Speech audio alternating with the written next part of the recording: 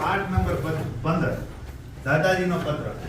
આ દાદાજીનો પત્ર છે એ અત્યારે જે WhatsApp અને Facebook ના જમાનાની અંદર પણ એક દાદાજીએ પોતાના પૌત્ર એટલે કે દીકરાના દીકરાને જે વડોદરા યુનિવર્સિટીમાં ભણતો હતો ત્યાં એક પત્ર લખી અને નવાઈની વાત કરી કે અત્યારે ફોનના જમાનાની અંદર પણ એક પત્ર લખું કે જે અમારા સમયનો એ દાદાનું કહેવાનું એવું કે અમારા સમયનો એ સુવર્ણ કાળ હતો એમ કહી શકાય કે જ્યારે આપણી પાસે ફોનની કે કોઈ સુવિધા નહોતી ત્યારે પત્ર વ્યવહાર છે તે ખૂબ જ જબરજસ્ત અસર કરતો હતો અને એકાબીજા લોકો પાસે અને પોતાના પરિવાર સાથે અને દૂર દૂર રહેલા જે ફૌજી ભાઈઓ છે એના પત્ર જ્યારે ઘરે વાંચવામાં આવતા ત્યારે આખું ઘર સાથે મળી અને વાંચતું અને રડી પડતા, આંખમાં આહુડા આવી જતા. દીકરીનો પત્ર એના પિતાને મળે અને પિતાનો પત્ર એની દીકરીને મળે ત્યારે સોધારા આંસુ એ રડી પડતા.